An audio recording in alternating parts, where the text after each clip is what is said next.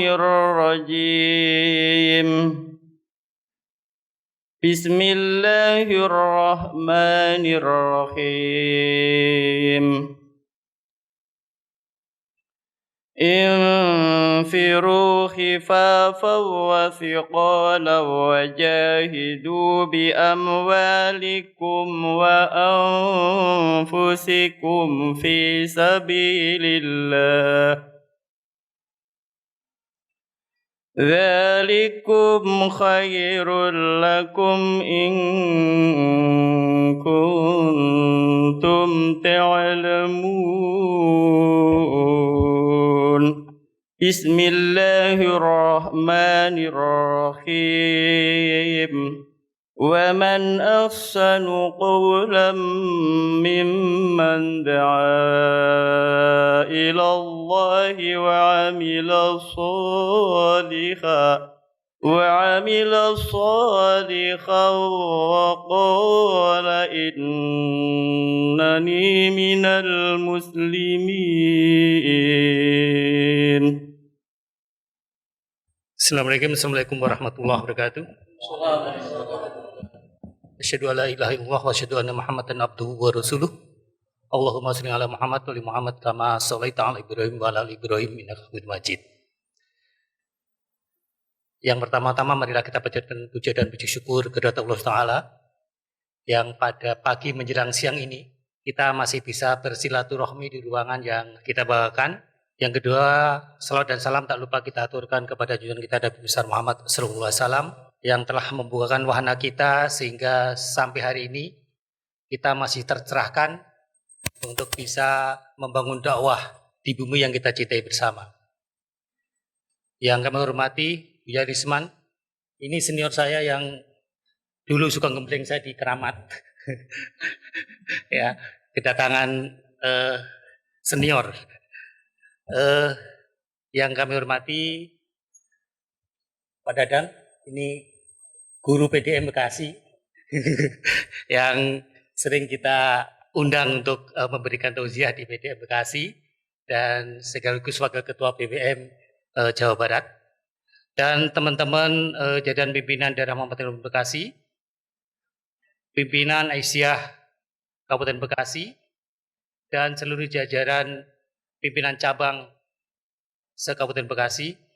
Hari ini kita baru memulai pertama kajian bulanan di PDM.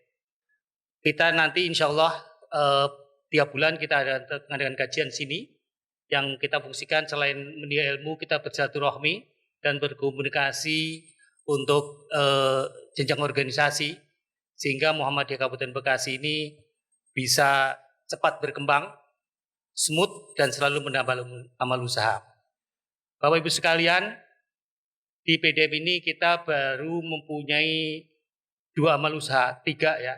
Yang satu tanda kutip, yang satu adalah SD Muhammadiyah MBLS, yang kedua adalah Tahfidz Quran yang selevel SMP dan SMA, dan yang ketiga adalah Lazismu. Alhamdulillah sudah mulai bergerak.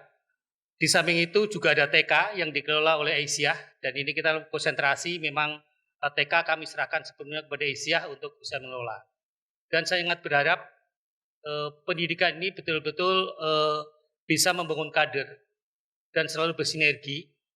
Jadi jenjang untuk pendidikan saya harapkan bisa berkesinambungan. Kalau nanti 3 tahun lagi kita meluluskan yang level SMA, berarti PDM 3 tahun ke depan sudah harus membuka perguruan tinggi. Jadi Majelis Dikti mulai sekarang harus mulai start untuk membangun perguruan tinggi. Sebetulnya untuk SDM kita ada kekurangan. Doktor yang ada di PDM Kabupaten Bekasi ini di PDM itu ada sekitar 5 doktor. Cukup kan buat kampus? S2 banyak, apalagi S1 bergejimbun ya. Tapi kenapa pendidikan kita terseser? Ya karena memang kita baru memulai. Dan insya Allah starting hari ini terus akan kita pergerakan organisasi ini harus kita kembangkan. Dan yang untuk tahfidz Al-Quran, kita mempunyai harapan bahwasanya semua nanti masjid-masjid Muhammadiyah harus ditempati kader-kader lulusan tahfidz Quran yang diluluskan oleh MBLS. Ya, jadi nanti lulusan tahfidz Quran minimal harus menyerahkan tenaganya 2 tahun. Jadi siap-siap yang punya masjid. Alhamdulillah kita yang masjid yang atas nama Muhammadiyah di Kabupaten Bekasi ini sudah ada 6. Nanti akan kita kembangkan. Waktu dekat kita akan coba bangun lagi di Tambun Utara. Dan kita harapkan minimal 25 tahun kita harus sudah mempunyai 25. Dan kemarin kita diskusi dengan Ketua Lejismu. Ketua Lejismu punya program pemberdayaan ekonomi. Alhamdulillah mulai bulan kemarin kita sudah mulai menyantuni kaum duafa yang ada di Kabupaten Bekasi. Kita serahkan kepada cabang, tapi pembiayaan langsung dari PDM. Tapi alhamdulillah kita minta semua cabang mengirimkan data duafa yang baru mengirim 4. Ternyata susah juga data ya.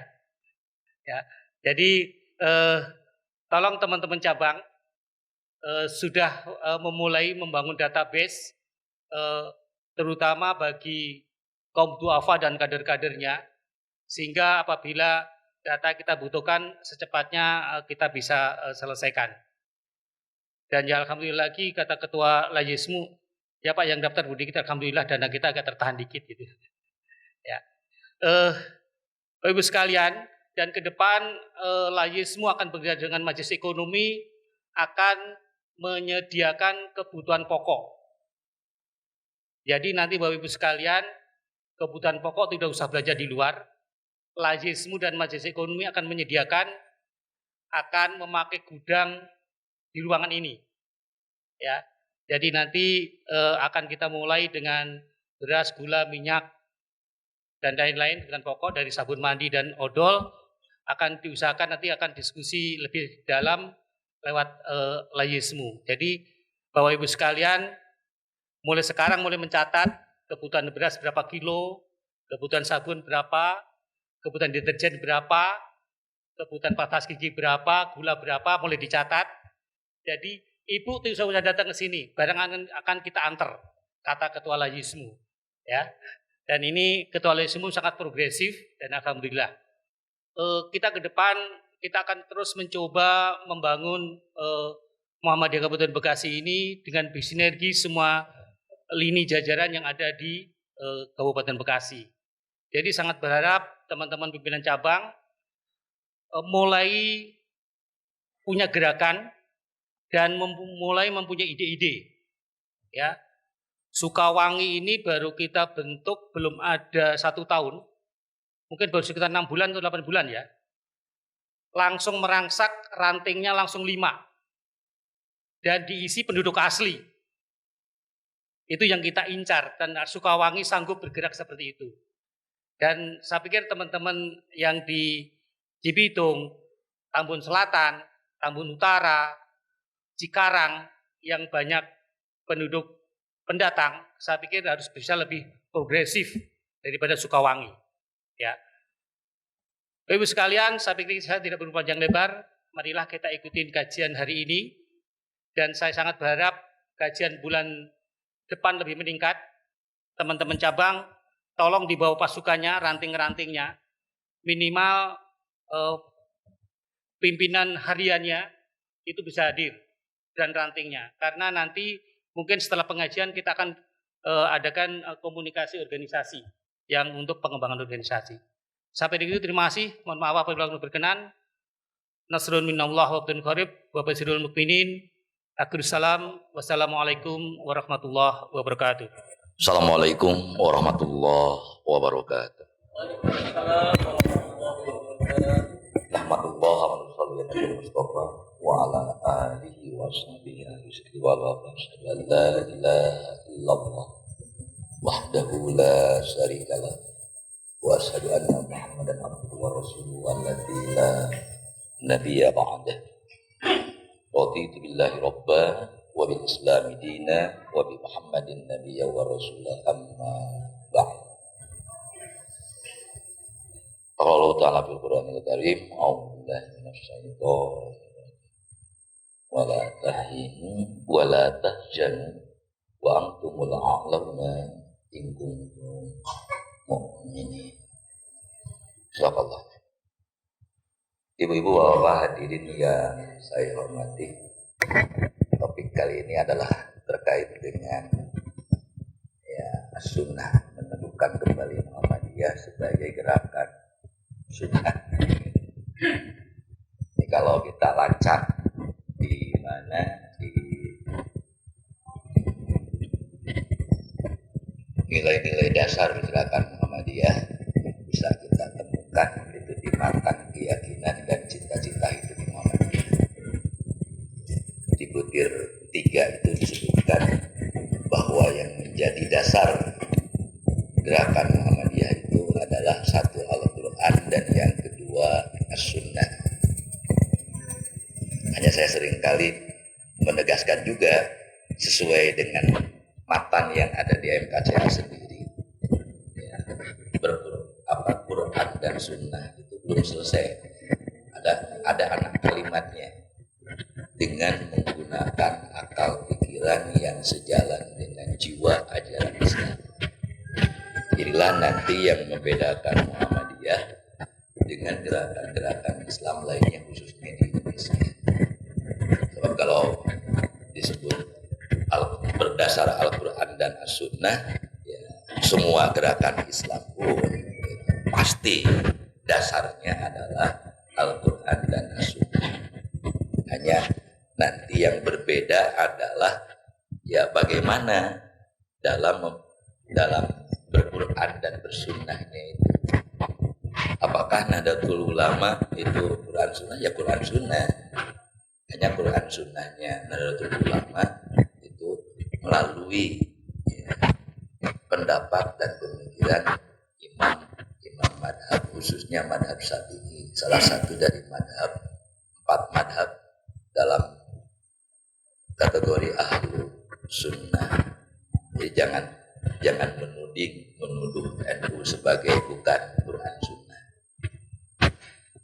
Lalu nanti apa bedanya dengan Persatuan Islam dan mungkin juga hari ini dengan munculnya gerakan yang disebut gerakan Salafi atau orang lain menyebutnya Islam transnasional.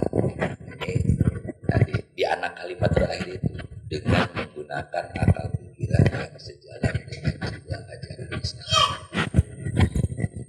Tadi sudah disebut, jadi tajdidnya itu punya 2 makna.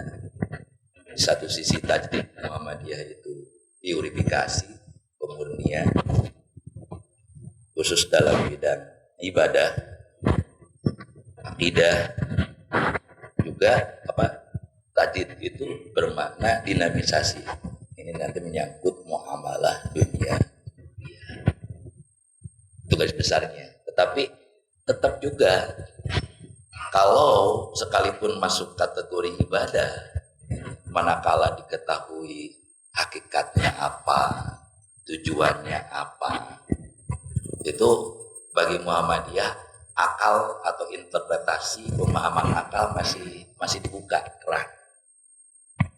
Jadi sekalipun wilayahnya wilayah ibadah, tetapi diketahui makna tujuan hakikatnya, maka tadi Muhammadiyah masih menerima pemahaman akal. Contoh yang paling konkret dan sudah dilakukan sejak Kiai Dahlan adalah khutbah Jumat dengan bahasa daerah, bahasa Jawa, bahasa nasional, bukan dengan bahasa Arab. Ya, kalau kembali kepada fikih yang tadi sebut saja madhab yang 4, itu yang paling ringan itu pendapat Imam Ahmad. Khutbah Jumat itu boleh dengan bahasa Ajam, bukan bahasa Arab, manakala imam dan khotibnya tidak lancar berbahasa Arab. Artinya apa? Kalau imam dan khotibnya lancar berbahasa Arab, maka khutbah Jumat wajib berbahasa Arab. Kalau imam-imam yang lain yang 3 sebelum Imam Ahmad, kurang lebih kalau dibahasakan oleh saya, kalau belum bisa bahasa Arab, ngomong Arab, ya jangan berani-berani jadi khotib Jumat, kurang lebih seperti itu kalau diterangkan. Nah, Kiai Dahlan kan sudah berani sejak awal menyampaikan khutbah Jumat itu dengan bahasa Jawa. Kenapa? Karena dalam tinjauan Kiai Dahlan ini khutbah itu hakikatnya tausiah. Siapa yang ditausiahi? Yang ditausiahi adalah jemaah. Jadi khutbah itu bukan doa. Siapa yang menerima doa adalah Allah. Tapi khutbah itu tadi tausiah. Hakikat tausiah, ya tujuannya apa? Agar jamaah auden itu ya berubah dari mulai mindsetnya, berubah gaya hidupnya, berubah perilaku dan segala. Lah, kalau yang dihutbahkan atau tausiahnya tidak dimengerti, mau berubah bagaimana? Kan yang namanya jamaah ya kita, saya juga sebagai jamaah. Jangankan apa yang ditausiahkan oleh si Ustaz tidak dimengerti pun belum tentu berubah.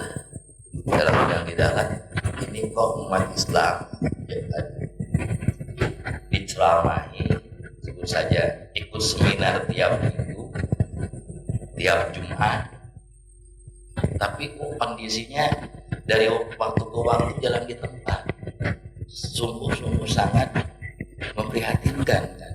Kondisi umat Islam di awal abad 20 di saat Muhammadiyah itu berdiri, dari berbagai sangat memprihatinkan.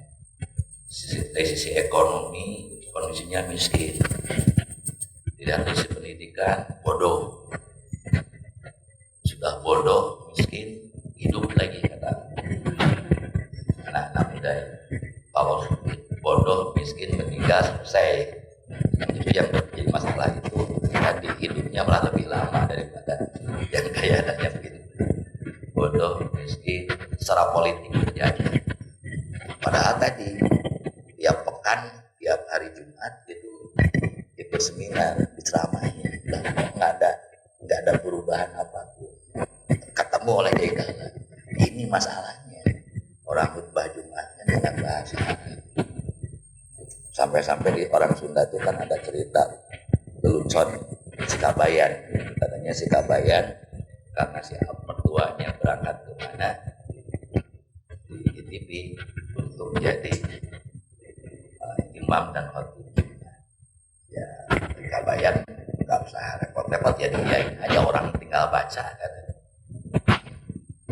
Pas Jumatan nggak tahu ada yang ngurusin atau apa gitu.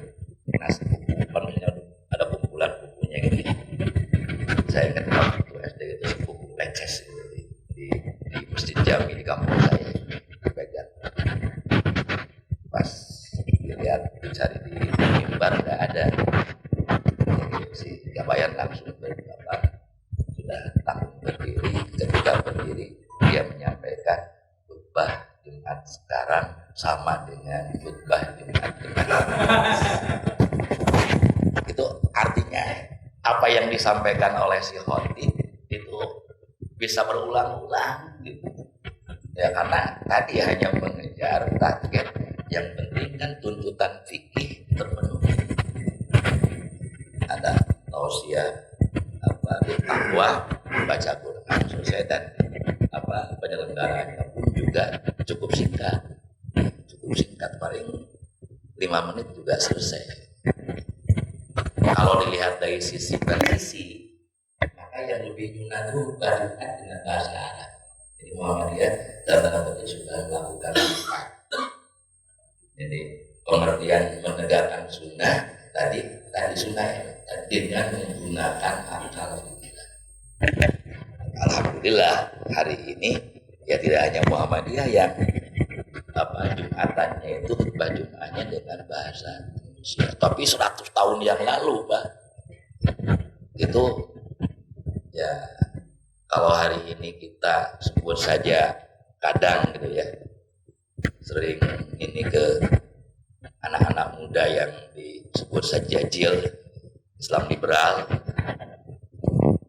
itu saya kira kalau saya sering bilang ya Muhammadiyah tidak perlu terlalu paranoid kemudian alergi, sebab di saatnya dulu Muhammadiyah dan Kiai Dahlan itu ya orang liberal. Kalau tidak liberal tidak akan bisa berdiri Muhammadiyah. Hanya itu tadi, apakah ini termasuk wilayah ibadah atau wilayah muamalah dunia ya.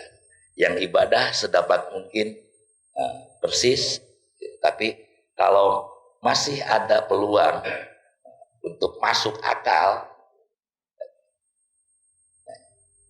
di samping juga konsep sunnah ini apa yang dikenali kita ini kadang mungkin juga Bapak Ibu awam itu terbingungkan, sebab ternyata as-sunnah ini satu istilah, as-sunnah alif lam sin nun dan tamarbutoh ini dikonsepsikan dalam 5 definisi yang berbeda.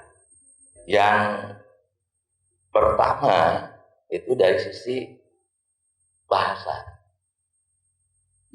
As-sunnah ini itu identik dengan syariah. Isinya apa, maknanya itu ya at-thariqah al-mustaqimah, jalan lurus, jalan menuju sumber mata air, karena asal. Secara substansi juga sama.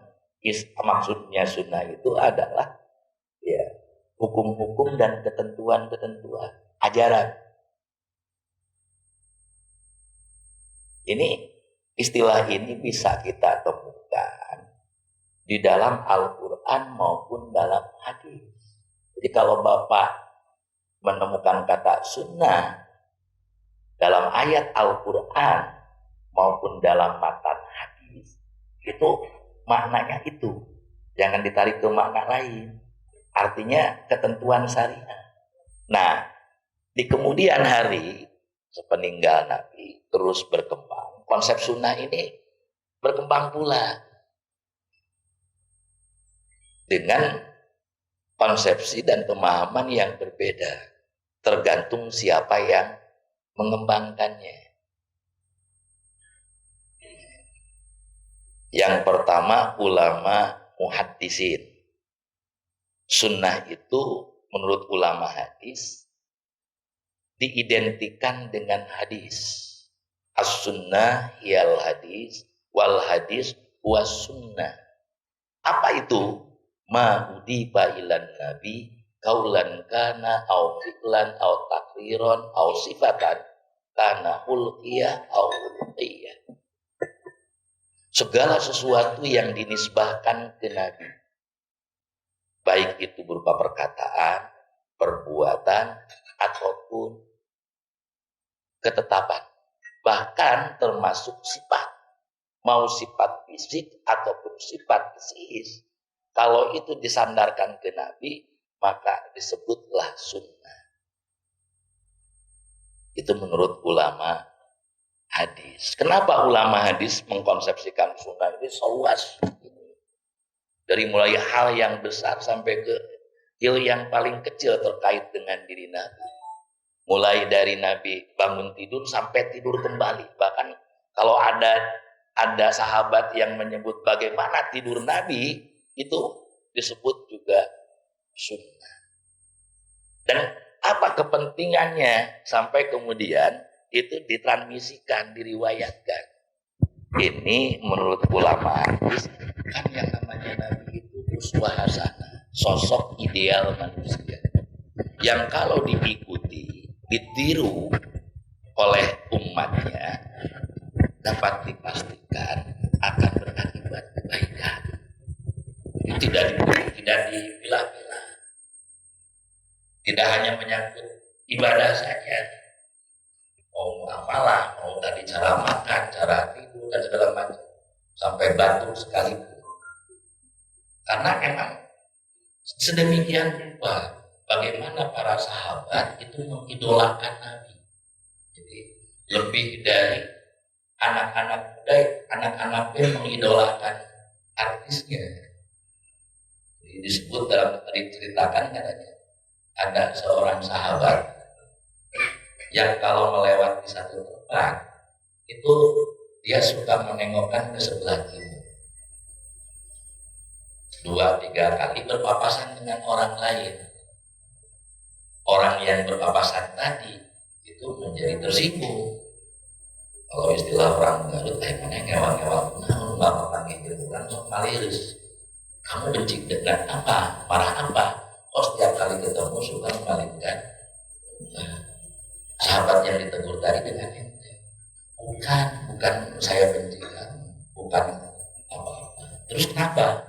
Dulu saya sempat bersama Nabi jalan lewat ke sini. Pada saat itu Nabi memalingkan muka ke sebelah kiri. Maka mulai dari itu setiap kali lewat ke sini saya memalingkan muka ke kiri. Saking ingin ngikutinya Nabi. Dan makanya saya katakan melebihi anak band yang ngepen yang mengidolakan artis para sahabat.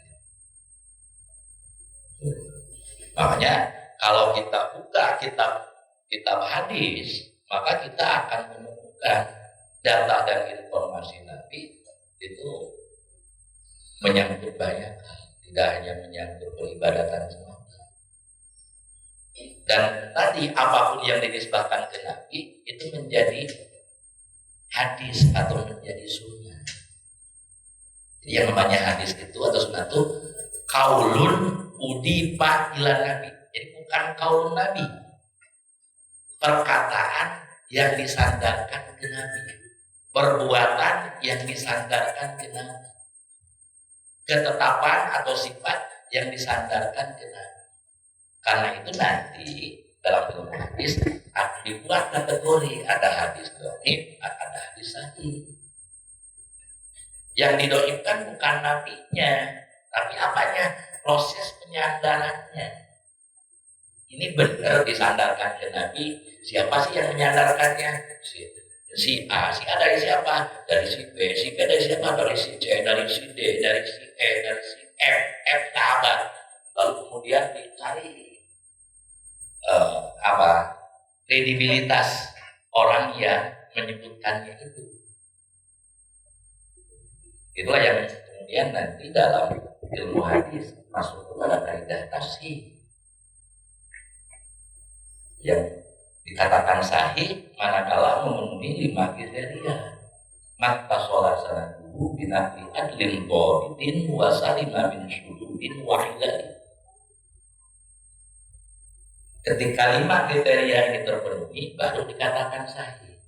Ketika tidak terpenuhi kriterianya maka masuklah salah satu tidak terpenuhi, maka jadilah hadis dhaif.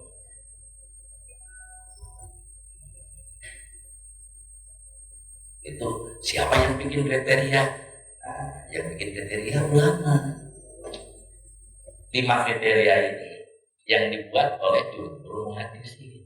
Dari mana jumhur muhaddisin mengembangkan? Dari siapa? Dari Imam Syafi'i. Imam Syafi'i yang pertama kali merumuskan. Kenapa? Sebab 2 imam sebelumnya terlalu kriteria kesahihan hadisnya terlalu berat. Kata Imam Syafi'i kalau 2 kriteria itu dipakai apalagi kemudian digabungkan, 2 hadis bisa habis. Kenapa? Sebab Abu Hanifah itu berpendapat apa punya kriteria? Sebuah hadis, kalau ada hadis yang menceritakan tentang perilaku Nabi yang diketahui orang banyak, mestinya diketahui orang banyak, tetapi yang meriwayatkannya 1 orang, itu hadis dengan sendirinya akan ditolak oleh Abu Hanifah. Jadi kenapa di madhab Hanafi itu misalkan ketika sholat itu tidak mengangkat dan bersedekah, kata Abu Hanifah sederhana. sholatnya Nabi itu ribuan kali dan disaksikan oleh orang ratusan sahabat. Tapi toh kenapa yang menyebutkan Nabi mengangkat tangan dalam sholat itu hanya Abu Hurairah? Kalau memang benar tentu bukan hanya Abu Hurairah yang menyampaikan. Nah maka hadis ini oleh Abu Hanifah tidak bisa dijadikan dalil hukum. Tidak bisa dijadikan dalil hukum. Sebab nanti ketika ada hadis yang mengharuskan sesuatu, itu kan di madhab Hanafi itu implikasinya menjadi wajib. Jadi kalau memerintahkan sesuatu menjadi wajib. Kalau perintahnya dari Al-Quran, implikasi hukum fikihnya di madhab Hanafi menjadi fardu. Jadi fardu dan wajib di madhab Hanafi itu dua istilah untuk membedakan asal perintahnya dari mana. Kalau perintahnya dari hadis itu wajib. Kalau perintahnya dari Quran itu fardu. Kalau di madhab Syafi'i kan perbedaan fardu dan wajib hanya ada di manasik haji. Kalau fardu ya tidak bisa diganti dengan dam, harus mengulang hajinya. Kalau wajib itu kalau ditinggal bisa diganti dengan dam. Itu yang pertama. Beda lagi halnya dengan ulama usul. Ulama usul membedakan antara sunnah dengan hadis. Yang disebut sunnah oleh ulama usul tidak seluas definisi ulama hadis. Apa itu sunnah? Awalnya sama. Ma'budi panggilan Nabi, kaulan kana, au fi'lan, au takdiron. Titik koma di situ. Muncul anak kalimat, lausan. Mimma yasluh ayyakuna dalilan li hukmin syar'i. Apa yang disandarkan ke Nabi bisa perkataan, bisa perbuatan, bisa ketetapan. Tapi kata ulama usul tidak semuanya. Yang mana? Mimma yasluh ayyakuna dalilan li hukmin syar'i. Yang kira-kira pantas dijadikan dalil hukum syara'. Maka nanti akan ada hadis yang tidak dikategorikan sebagai sunnah. Itu hadis, bukan kalau sunnah tadi yang ada relevansinya, yang ada implikasinya pada hukum syara'. Nah ini sudah mulai memilah. Ini diinformasikan kata Nabi memerintah, ini diinformasikan Nabi melakukan, ini diinformasikan Nabi berketetapan. Ini ada korelasinya nggak dengan hukum? Ada implikasi hukumnya apa tidak? Kalau dianggap tidak ada implikasi hukum, maka bukanlah dikategorikan sunnah. Jadi tidak semua yang ada di dalam kitab hadis itu nanti kemudian menjadi dalil hukum syara'. Dibuat nanti ini Nabi disebut begitu itu dalam kapasitas apa? Muhammad bin Abdillah dikatakan begitu itu apa dalam kapasitas dia seorang nabi atau rasul, atau dalam kapasitas dia sebagai manusia biasa, atau dalam kapasitas sebagai orang Arab, atau dalam itu inti.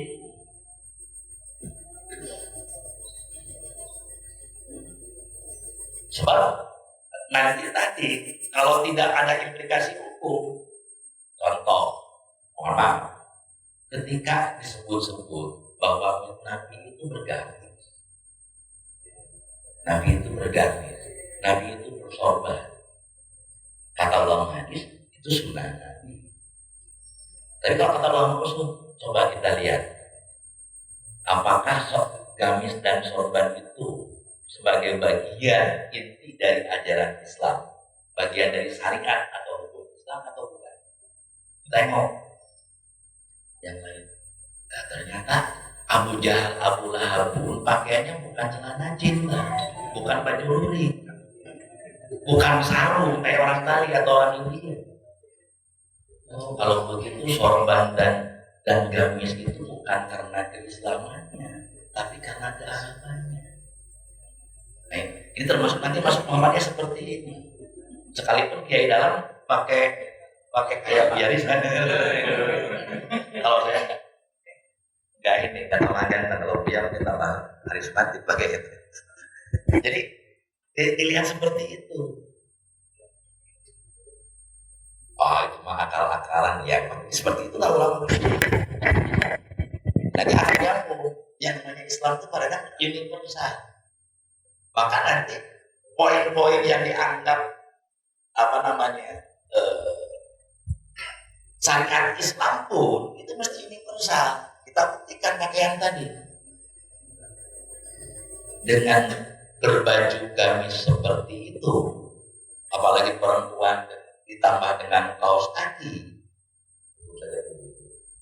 Itu ketika di Arab itu dipakai kemana-mana, ke toko pakaiannya itu, ke pasar juga itu, ke masjid juga itu. Pokoknya setiap keluar rumah pakaiannya termasuk ke kebun kurma. Bayangkan kalau pakaian seperti itu dipakai oleh kakek dan nenek bapak yang pekerjaannya jadi petani di sawah lagi.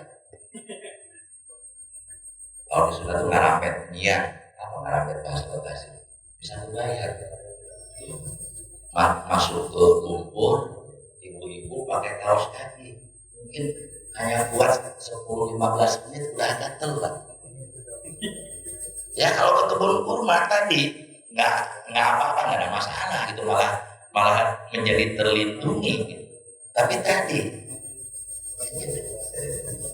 soal tadi Islam ini universal. Kalau kita universal kita implementasikan, ternyata nggak cocok ya kalau begitu. Lalu poinnya di mana Islamnya? Bukan di model pakaiannya. Substansinya apa? Substansinya menurut Allah. Artinya modelnya bisa apa saja, yang penting Allah tertentu. Itu salah satu bentuk dengan menggunakan akal kita. Disebut-sebut Nabi Muhammad itu, saya dulu ya ketika mahasiswa aktif juga dan berinteraksi ya dengan teman-teman. Nabi itu makannya dengan 3 jari. Malah kalau kata nenek saya, dulu ketika saya berantem dengan kakak saya berebut makanan yang di dalam belum habis karena takut diambil ambil lagi. Itu nenek saya marah. Nabi marah. Mulianya pun juga 33 kali, saya nggak tahu itu nenek saya dari mana. Apa disamain dengan jumlah wiridan itu. Ya, untung karena saat itu saya belum belajar. Jadi aja deh, dikira iya aja gitu. Ya tadi, kenapa Nabi dengan 3 jari? Maka muncul bertanya, apa yang dimakan? Apa yang dipunya? Yang dimakan oleh Nabi bukan nasi kering. Yang dimakan oleh Nabi itu kurma yang jelek. Seratus-ratusnya Abu Jahal, selapar-laparnya orang Arab, makan kurma nggak mungkin dengan 5 jari.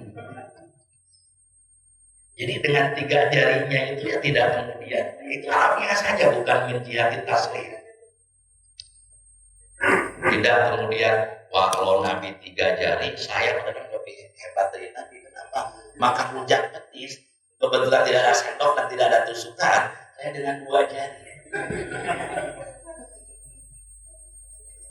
Munyanya tadi, yang dipunya ya tadi kurma, yang dipunya ya paling roti, tapi roti Arab tidak seempuk roti sari yang dijual sari roti yang begini itu ya kalau dipunyanya hanya sebentar ya selepah tidak. Makanya dipunya lebih lumat. Andai Nabi itu disuguhi bubur ayam, kalau Nabi itu disuguhi Indomie atau bakmi, kalau Nabi itu bukan orang Arab tapi orang Jepang, yang makan bubur makan dengan 2 supir. Jadi tidak otomatis apa yang itu kemudian ini itu dalam perspektif ulama usul as-sunnah indal usuliyin. Nah yang ketiga ini as-sunnah indal fuqaha. Lain lagi Pak.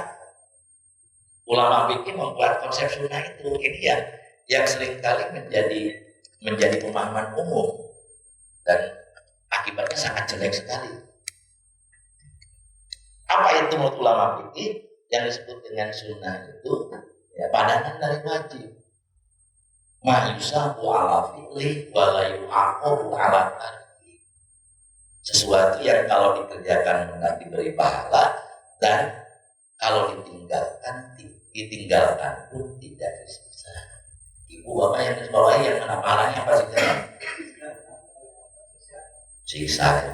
Makanya ketika disebut sunnah 99% melakukan atau ditinggalkan.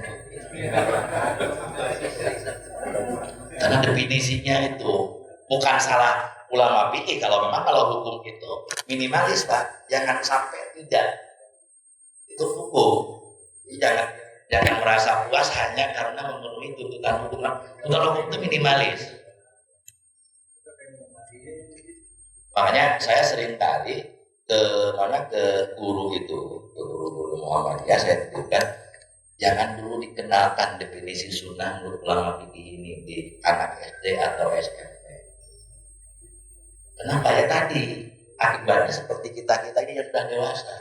Apa yang dihukumi sunnah oleh ulama fikih ya, hampir tadi 99% kita tinggalkan sambil bulan sunnah ini. Bukan pahalanya yang disebut. Di kalangan sahabat belum ada kategorisasi ini wajib, ini sunnah tadi. Ini dilakukan oleh Nabi dan dilakukan diikuti semua. Ya, ulama fikih tadi memang minimalis, jadi jangan sampai. Sebab kalau itu salah, tapi tidak salah. Sebab kalau tanpa kategorisasi itu sudah, itu nanti akan kerepotan kita. Kalau zaman Nabi ya tinggal konfirmasi ke Nabi. Kalau tidak ada ilmu fikih dengan hukum-hukum tadi, niscaya yang kita ini akan melakukan saum Senin Kemis daripada saum Ramadan, atau saum yang setahun sekali itu saum Asyura sama saum Arafah. Dengan saum Arafah itu kan ada parilahnya luar biasa, ada garansi dosa setahun sebelum dan sesudahnya. Kalau tidak puasa Ramadan berarti tadi ampuni ya. Sementara saum Ramadan yang 1 bulan ada nggak padilahnya? Nah, ada sebut padilahnya. Wah, pasti kita akan berburu yang banyak padilahnya. Tapi tadi dengan lantaran fikih betul itu banyak padilahnya, tapi statusnya sunnah. Kita akan mementingkan sholat duha yang padilahnya akan banyak rezeki ketimbang sholat subuh yang tanpa padilah. Tapi tadi fikih ini minimalis. Nah, tiga pengertian ini jangan Bapak masukkan ke kata sunnah yang ada di dalam hadis maupun dalam Al-Quran. Akan salah besar nanti. Misalkan tentang nikah ini Bu. An nikahu sunnati faman raghiba an sunnati falaisa minni. Nah, Bapak jangan katakan bahwa nikah itu hukumnya sunnah, lalu kemudian berargumen dengan hadis itu. Kenapa tadi kategorisasi sebutan hukumnya sunnah itu baru ada di dunia Islam kurang lebih 100 tahun setelah Nabi meninggal. Kategori di zaman Nabi tidak ada kategori itu. Dan Nabi pun mengatakannya itu bukan untuk menghukumi bahwa nikah itu hukumnya sunnah, tidak wajib. Coba kalau diartikan hukumnya sunnah akan bingung. Nikah itu hukumnya sunnah. Tapi selanjutnya, barang siapa yang membenci sunnahku, maka bukan umatku. Katanya, kalau tidak dilakukan tidak apa-apa, tapi kok ujungnya tidak diaku sebagai umat, kan bingung. Yang bukan Nabi yang salah. Yang salah kenapa? Konsep sunnah menurut fikih itu oleh kita dipaksakan masuk ke hadis. Nikah itu ya, terus kalau nikah itu bagaimana Pak Dadang? Hukumnya, ya hukumnya variatif, kurang lebih sama seperti makan minum. Sekalipun makan minum diperintahkan Al-Quran, kulu wasrobu. Tapi makan minum hukumnya apa? Mubah. Tidak mentang-mentang kena Allah kulu wasrobu, lalu kemudian makan minum hukumnya wajib. Kasihan yang miskin, tidak punya makanan. Maka si kaya akan banyak pahala karena makanannya tersedia.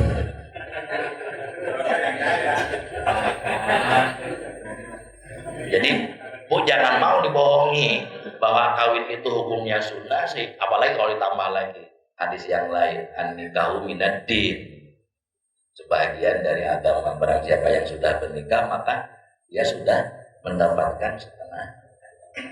Satu kali kawin setengah agama, 2 kali kawin berarti sudah utuh. Gak usah sholat, gak usah puasa. Oke, jadi an-nikahu sunnati. Ini kata sunnah ini dalam arti lugawinya. An-nikahu syariati. Nikah itu adalah syariatku. Paman rogiba an syariati. Barang siapa yang benci terhadap syariatku, malaisa minni, maka bukan umatku. Kan logis. Kalau tadi barang siapa yang benci terhadap perbuatan, kalau dikerjakan mendapat pahala, kalau tidak dikerjakan tidak disiksa, bukan umatku kan Bapak. Jadi bingung, kok katanya tidak akan disiksa tapi malah tidak diakui sebagai. Yang salah bukan Nabi, termasuk man ahya sunnati, termasuk hadis taraktu fikum amroini. Itu sunnah yang dimaksud itu ya tidak bisa didefinisikan sebagai hadis Bukhari Muslim. Tidak, Al-Quran dan As-Sunnah ini Al-Quran, lalu kemudian ini Bukhari, Muslim, Abu Daud, Sunan Abi Daud, Sunan Nasai, Ibnu Majah dan Ustaz Ahmad dan sebagainya. Itu tidak seperti itu. Bahkan kalau di Bukhari, mohon maaf, bukan ini. Kalau ada yang alergi ke Syiah, itu di dalam satu versi menyebutnya Al-Kitab Allah wa itrati ahli baiti. Jadi kata sunnah di sana itu ya ajaran. Sebab apa? Buktinya dalam ajaran Islam tidak semua tercover ada dalam Al-Quran. Ada hal-hal tertentu yang tidak disebut dalam Al-Quran, tapi diperintahkan, dilakukan, dan diinginkan oleh Nabi. Nah, ini ulama fikih mengatakan begini, ini menyebut sunnah itu untuk menyifati, untuk memberi sifat atas perbuatan yang dituntut. Ini apakah wajib sebagai sebuah kemestian atau tadi hanya sebagai sebuah anjuran atau malah pilihan. Nah, yang kelima, as-sunnah indal mutakallim, ulama kalam. Kata sunnah menurut ulama kalam itu dimaksudkan adalah ya, pokok-pokok keyakinan, pokok-pokok kepercayaan yang ada di dalam Al-Quran, yang ada di dalam hadis, bahkan yang menjadi kepercayaan umum para sahabat, disebutlah sunnah. Kalau ada kepercayaan lain yang berbeda dengan tadi 3 hal tadi, maka disebutlah bid'ah. Ada ahlu sunnah, ada ahlu bid'ah. Maka Mu'tazilah yang menolak hadis sebagai dalil hukum, dalil dari pelajaran akidahnya disebut sebagai ahlu bid'ah. Dan ahlu sunnah ini nanti di dalam sejarahnya ada 3 sekte besar. Ada 3 sekte besar. Yang pertama Asy'ariyah yang didirikan oleh Abul Hasan Al-Asy'ari. Siapa Abul Hasan Al-Asy'ari? Abul Hasan Al-Asy'ari ini mantan pentolan Mu'tazilah. Jadi jubir Mu'tazilah kan. Orang sejak kecil makan minum dari Mu'tazilah. Orang bapak dirinya adalah Al-Juba'i. Konon katanya setelah 40 tahun, kalau menurut para pengikut setianya, Abu Hasan Asy'ari mimpi, di dalam mimpinya ketemu dengan Nabi. Dalam mimpi itu katanya Nabi menyuruh Abu Hasan untuk meninggalkan Mu'tazilah. Tapi kan itu tidak bisa bagi lawannya dijadikan dalil.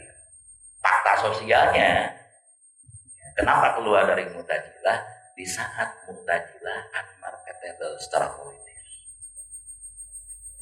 Jadi sebelumnya kan ada tiga khalifah dari Bani Abbas itu yang berpaham Mu'tazilah. Al-Ma'mun, Al-Mu'tasim, dan Al-Wathiq. Itu Mu'tazilah lagi berkuasa. Itu habis diganti dengan ya habislah di saat itulah Abu Hasan Asy'ari keluar. Ya terserah entah mana yang benar kalau fakta sejarahnya seperti itu, tapi kalau tadi itu karena jelas sekali. Kelebihannya apa? Kelebihannya logika Mu'tazilah masih dipakai di Asy'ari ini. Tapi tidak seperti Mu'tazilah total, tapi gaya-gayanya menakwil, menafsir itu dipakai. Tapi bertolak dari mana? Dari kalau Mu'tazilah itu dari Qadariyah, kalau Asy'ariyah nanti dari Jabariyah, kaitan dengan pokok dan segala. Muncul itu Abu Hasan Asy'ari. Nanti di tempat lain muncul di Uni Soviet, Bukhara dan Samarkand nantinya itu muncul Abu Mansur Al-Maturidi. Sama dasar akidahnya, dalilnya Al-Quran dan hadis. Muncul aliran Maturidiyah. Tengah-tengah antara Qadariyah dan Jabariyah. Kalau Asy'ariyah masih berat ke Jabariyahnya. Mu'tazilah otomatis tadi kelanjutan dari sekian ratus tahun kemudian muncul Ibnu Taimiyah. Ibnu Taimiyah tidak mau itu Asy'ari itu Ahlus Sunnahnya enggak otentik, kurang lebih begitu. Kenapa? Kok Ahlus Sunnah tapi cara-cara Mu'tazilah masih dipakai? Cara-cara Mu'tazilah apa? Tadi Asy'ariyah masih bisa menerima takwil. Kata yang mengembangkan takwil itu Mu'tazilah. Jadi sejak awal memang yang namanya Ibnu Taimiyah dengan ajaran-ajaran akidahnya itu mengkritisi, bahkan bisa dikatakan menyalah-nyalahkan Asy'ari. Sejak awal betul, makanya sampai kapanpun kayaknya antara Asy'ariyah dengan akidah Ibnu Taimiyah ini tidak akan nyambung. Antara NU dengan Wahabi tidak akan pernah ini, sebab sejak awal tadi Ibnu Taimiyah itu nyalah-nyalahin, menuduh Asy'ari itu sebagai Ahlus Sunnah yang tidak otentik. Kenapa? Karena masih menggunakan takwil, tidak meyakini sesuatu secara literal. Ya siapa yang senang dituding begitu kan? Maka balik kuning lagi. Kalau justru Ibnu Taimiyah yang bukan Ahlus Sunnah, kenapa? Justru itu pahamnya mengembangkan paham Jahum bin Sofwan, paham Mujassimah tadi. Kalau Allah pokoknya dihim. Kalau tanya Asy'ari, ya itu kekuasaannya. Masa iya Allah punya tangan? Kalau disifati dengan sifat-sifat makhluk, nggak bisa. Dalam akidah Asy'ari.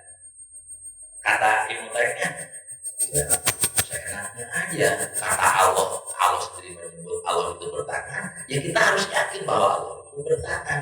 Tapi ada tapinya, jangan tanya bila kaifa. Maka tadi nanti kan dari Ibnu Taimiyah itu turunan gerakannya itu ke Wahabi itu. Muhammadiyah di mana? Nah, Muhammadiyah kan kalau sepanjang yang saya ketahui di doktrin keagamaan resmi Muhammadiyah, kalau guys bahwa Muhammadiyah tidak menyebutkan sebagai Ahlus Sunnah.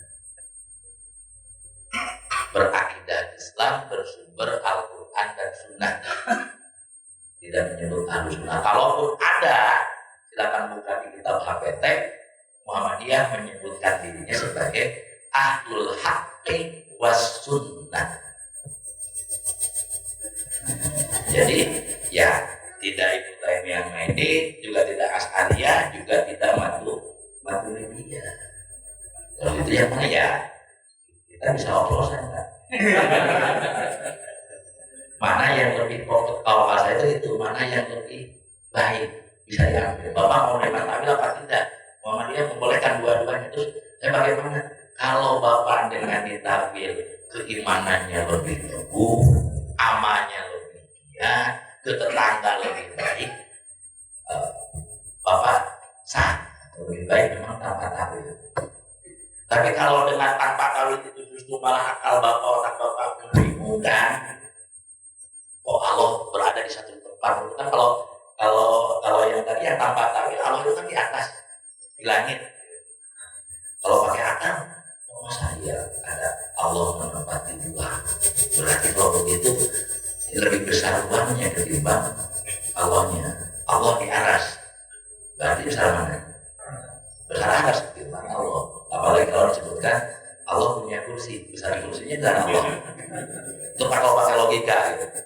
Nah, silakan Bapak pakai takwil asal tadi lebih giat, lebih takwa, lebih soleh, lebih sosial, dan Muhammadiyah lebih mementingkan itunya ketimbang memperebutkan ya, perebutan tadi apa takwil apa tidak dan sebagainya. Nah ini ya. Nah, kemudian setelah itu konsepsi ya pemahaman sunnah. Jadi biar tidak bingung. Oh Muhammadiyah aku berquran bersunnah. Lihat ustadznya dari Jawa Barat, Kiai Nasna, cepat rumah, jajaran yang aja. Orang lain pakai gamis, pakai sorban, ini enggak, pakai batik.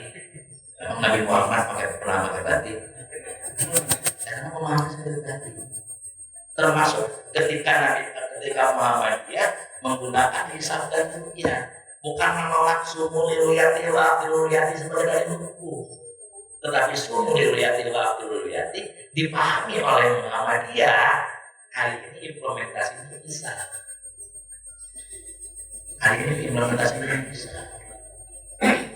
Sebab kenapa?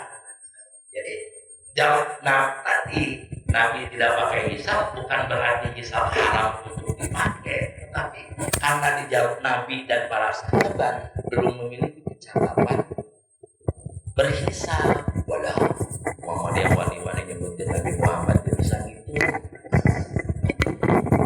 bukan kata Muhammadiyah, kata Nabi sendiri. Inna ummatun ummiyatun lahatun walanasib.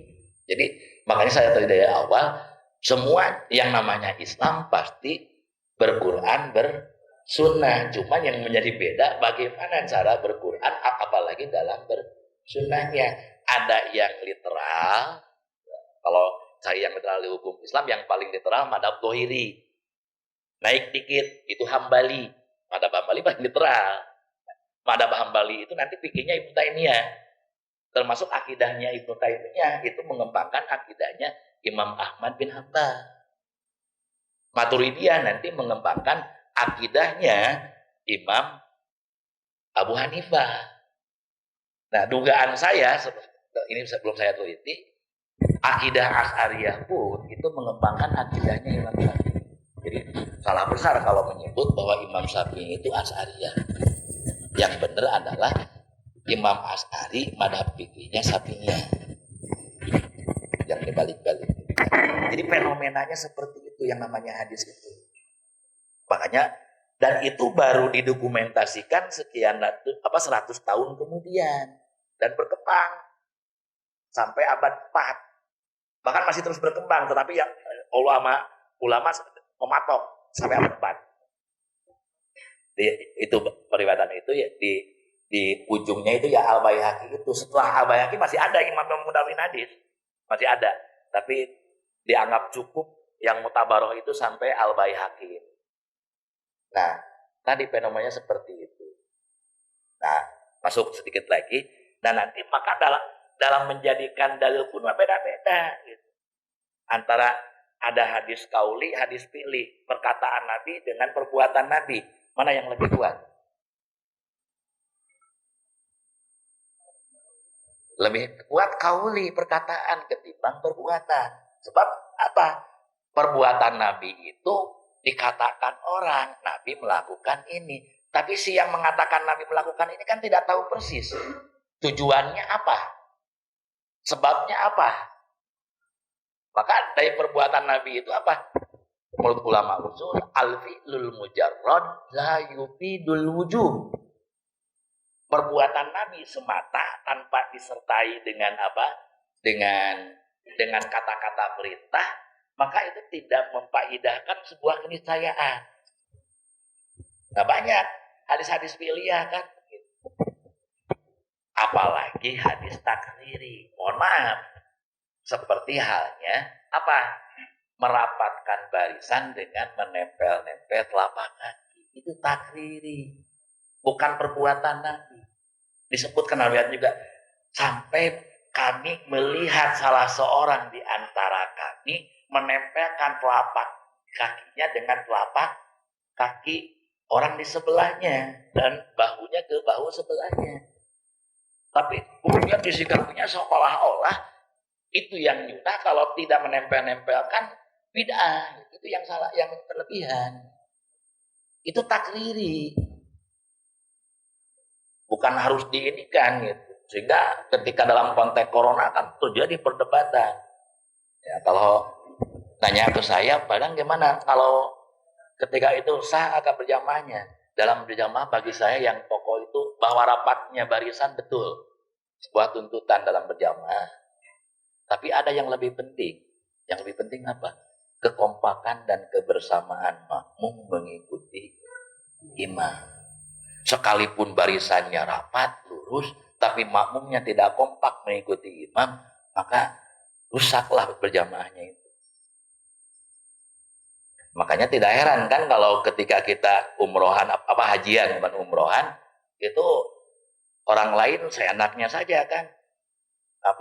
Sholatnya. Kalau sapinya kan harus berkesinambungan. Tapi kalau Imam Hambali, yang penting kedengaran takbir imam. Makanya imamnya di depan Ka'bah, sholat Jumat itu ada yang sholat Jumat di lantai 2 Hotel Hilton. Pas awal saya kan bingung karena tadi biasa dengan madhab Syafi'i. Bagi mereka orang kelihatan, bukan hanya kedengaran, kelihatan itu punggungnya imam gitu. Ya, kalau pakai patokan rapat, mau rapat bagaimana dari Hilton dengan barisan utama yang ada di mana? Yang ada di. Jadi kekompakannya itu. Bahwa dalam kondisi normal tadi ya rapat yang seperti apa?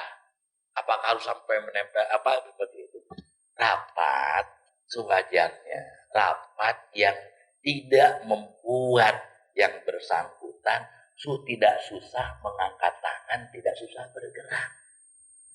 Rapat yang tidak membuat orang lain, apalagi kalau sholat subuh lupa gosok gigi, itu enak, khusyuk sholatnya, tidak kemudian baluar balir karena bau hawa. Seperti itu. Jadi rapatnya rapat yang wajar. Toh itu juga tadi saya katakan hadisnya hadis takriri, bukan hadis kauli.